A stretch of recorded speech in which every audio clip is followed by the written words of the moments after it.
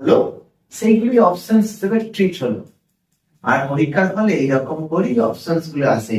আর নিজের অপশনের উত্তরটা যদি অপশনে থাকে, তার মতো খুশি বোধহয় আর কেউ হয় না, ঠিক না? আমার উত্তরটা অপশনে আছে, তাহলে আমি সেটাই ঠিক মার্ক দেবো। কেউ এটা দেবে, কেউ ওটা দেবে, কেউ এটা দেবে, কিন্তু অরিজিনাল অ্যান্সার কোনটা এটা তো এখনই যাবে না। আর এদের মধ্যে একটা উত্তর আছে, জানো কোনটা? এটা না হয়, এটাও না হয়। এখন এই দুটো ক্রিজে রয়েছে, কোনটা হয়? Which one correct? এই দুটোর মধ্যে একটা আছে, সেটা কি? এটাও না হয়। This is the answer. তোমারটাই ঠিক। 0.001 কি করে হলো? এবার শুনে নেব।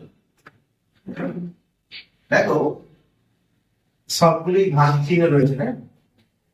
তো পরপর ভাগ চিহ্ন থাকলে ভাগ শুরু হয় সবসময় বাঁ দিক থেকে। কোন দিক থেকে? বাঁ। বাঁ দিক তোমাদের কোনটা? এই দিকটা, এই দিকটা। ওই দিকে ডান দিক।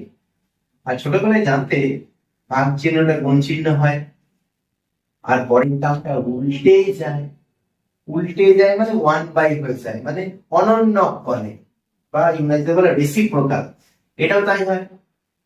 1/10 into 1/10 into 1/10, একই কাজ।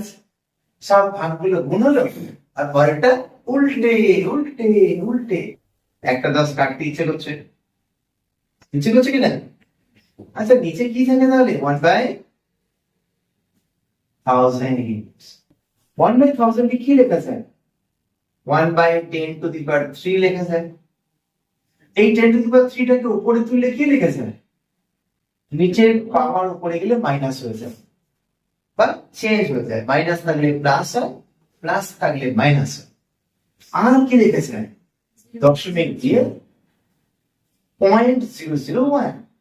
কটা জিরো আছে নিচে?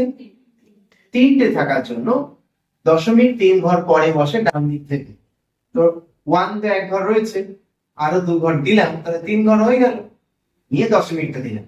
কিন্তু দশমিকের খুব ভূতের ভয়, ও একা থাকতে পারে না।